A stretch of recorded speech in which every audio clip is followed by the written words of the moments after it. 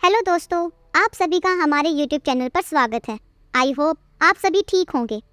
हम आज फिर आपके लिए लेकर आए हैं एक नई कहानी और उम्मीद है कहानी सुनने से पहले आपने हमारा चैनल सब्सक्राइब कर दिया होगा और अगर सब्सक्राइब नहीं किया तो कहानी शुरू होने से पहले कृपया हमारे चैनल को जरूर सब्सक्राइब करें।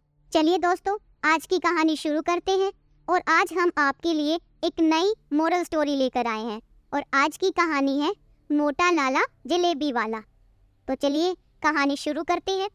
घर से निकलते ही बाहर चौराहे के सामने मोटे लाला जलेबी वाले की मशहूर दुकान थी। सुबह बेड़मी कचौरी और साथ में गर्मा गर्म जलेबी मिलती थी। शाम को ही एक बड़ी सी कढ़ाई में दूध उबाला जाता था जिससे रबड़ी तैयार होती थी। रात को दूर दूर से लोग जलेबी खाने के लिए वहां आते थे। छज्जूमल बहुत मोटे थे, वे दुकान पर बैठे रहते थे और अपने कारीगरों को हमेशा डांटते ही रहते थे। गल्ला संभालना उन्हें बहुत ही अच्छी तरह से आता था। किसी से भी 1 रुपये का हिसाब गलत नहीं होता था। सुबह 11 बजे से लेकर रात के 12 बजे तक वे दुकान पर ही बैठे रहते थे। उन्हें सभी मोटे लाला के नाम से जानते थे। कुछ पुराने लोग थे जिन्हें इनका नाम छज्जूमल पता था। मैं उस समय 13 या 14 वर्ष का था। मैं माँ से 5 रुपये लेकर लाला की दुकान पर जाता था। 2 रुपये की बेड़मी और 3 रुपये की जलेबी ले लेता था। वहीं बराबर में पड़ी बेंच पर बैठ जाता था। हम 2 दोस्त जाते थे और हम कोशिश करते थे कि एक ही बेड़मी में सारी सब्जी खा जाएंगे और फिर दोबारा दोनों उठकर जलेबी और सब्जी फिर मांगने जाएंगे। मैं भैया से कहता हूँ, भैया थोड़ी सी सब्जी देना। सब्जी देने वाला लड़का लाला जी की ओर देखता है। लाला जी हम दोनों को घूर कर देखता है।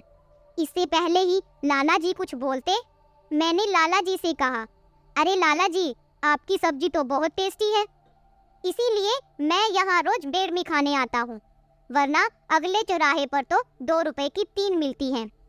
लाला जी कहता है, चल भैया डाल दो सब्जी। लाला जी कुछ नहीं बोलते और सब्जी वाला सब्जी डाल देता है।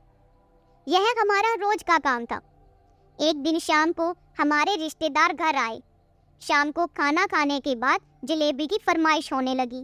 पहले तो मेरी ड्यूटी लगी दूध और जलेबी पैक करवा कर लाने की, लेकिन तभी कानपुरा वाली बुआ आई। बुआ जी, भैया याद है बचपन में हम कैसे छज्जू हलवाई की जलेबी खाते थे, अभी भी है या नहीं? मैंने कहा, बुआ जी यहाँ कोई छज्जू हलवाई नहीं है, हम तो मोटे लाला की जलेबी लाते हैं। मेरे पिताजी ने कहा, अरे दीदी है छज्जू हलवाई, मुन्ना मोटे लाला का असली नाम छज्जू हलवाई है। पहले वह बहुत पतला था, अपने पिता के साथ केवल दूध जलेबी बेचता था। तब बुआ कहती है, छोड़ो ना भैया वहीं चल कर खाते हैं, सर्दी का टाइम है, गरम गरम दूध और जलेबी, मजा आ जाएगा। हम सब तैयार होकर मोटे लाला की दुकान पर पहुंच जाते हैं। दूध जलेबी का ऑर्डर देकर हम वहीं भट्टी के पास खड़े होकर दूध को उबलता हुआ देख रहे थे। तब छज्जू हलवाई बोला, अच्छा तो गौरी शंकर जी ये आपका लड़का है, हर रोज सुबह जिद करके 2 बार सब्जी लेता है, ऊपर से धमकी भी देता है। यह बात सुनकर हम सब हंसने लगे। मुझे लगा कहीं जमीन से गड़ जाना चाहिए, क्योंकि सबको पता है बेड़मी केवल 2 रुपए की आती है। तब पिताजी कहते हैं, क्यों मुन्ना, ये मैं क्या सुन रहा हूँ, तुम रोज बेड़मी क्यों खाते हो? ये चीजें कभी कभी ठीक रहती हैं। मैंने कहा, नहीं पिताजी कभी कभी खाता हूँ।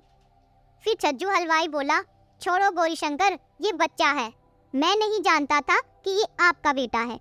सभी जोर जोर से हंस रहे थे। मैं गुस्से से मोटे लाला को घूर रहा था। अगले दिन से मैंने उस दुकान पर जाना छोड़ दिया। एक दिन घर वालों के लिए जलेबी लेने गया तो छज्जू हलवाई ने रोक लिया। छज्जू हलवाई बोला, भैया तुमने आना बंद कर दिया, हम तो उस दिन से ऐसे ही कह रहे थे, जितनी चाहे उतनी सब्जी ले लिया करो, तुम्हारे पिताजी बचपन से इसी दुकान पर आते थे, अच्छा नहीं लगता, अब तुम कोई और दुकान पर जाओ, मैं अब कभी तुम्हारी शिकायत नहीं करूँगा। मेरा भी गुस्सा तब तक निकल चुका था। अगले ही दिन हमारा वही सिलसिला चलने लगा। इसी तरह कई साल बीत गए। मैं पढ़ाई पूरी करके दिल्ली आ गया, यहाँ मेरी जॉब लग गई। एक दिन पिताजी का फोन आया और उन्होंने बुलाया।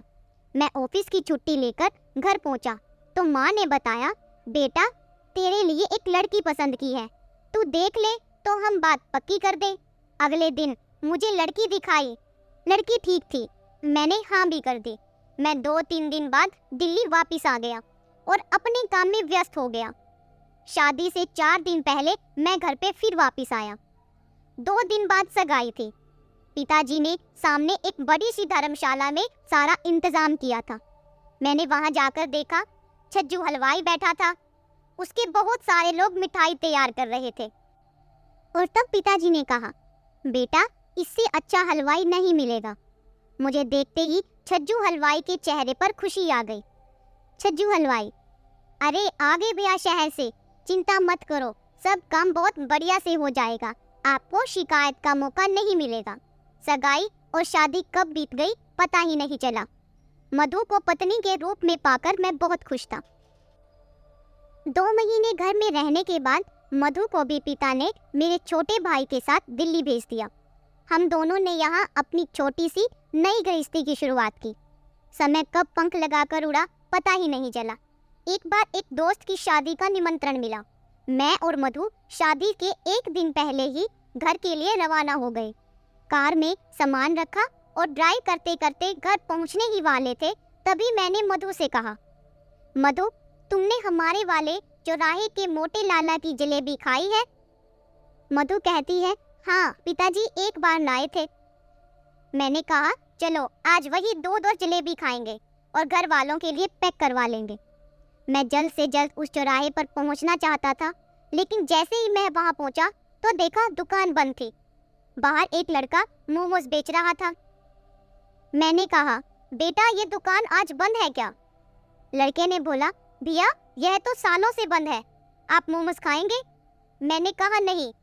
यह कहकर मैं चौराहे से सीधा अपने घर पहुंचा।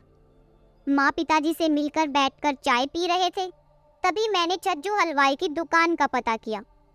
पिताजी ने कहा, मुन्ना धीरे धीरे शहर का कल्चर बदल गया, लोग अब मोमोज खाने लगे, छज्जू हलवाई की दुकानदारी कम होने लगी, धीरे धीरे कारीगर कम होने लगे। एक दिन पता लगा छज्जू हलवाई को हार्ट अटैक आ पड़ा, उसे अस्पताल ले जा रहे थे, रास्ते में ही वो खत्म हो गए। तब से दुकान बंद है। उसका एक ही लड़का था जो शहर में नौकरी करता था। कुछ लोग बता रहे हैं कि वह दुकान बेच रहा है, पता नहीं कौन खरीदेगा। यह सब सुनकर एक पल के लिए मेरी आंखें नम हो गई। हम अपने कल्चर से कितना दूर होते जा रहे हैं। आज की कहानी यहीं पर समाप्त होती है। आपको यह कहानी कैसी लगी हमें कमेंट सेक्शन में कमेंट करके जरूर बताएं। ऐसी ही नई नई कहानियाँ व शिक्षाप्रद कहानियाँ सुनने के लिए हमारे चैनल पर बने रहें।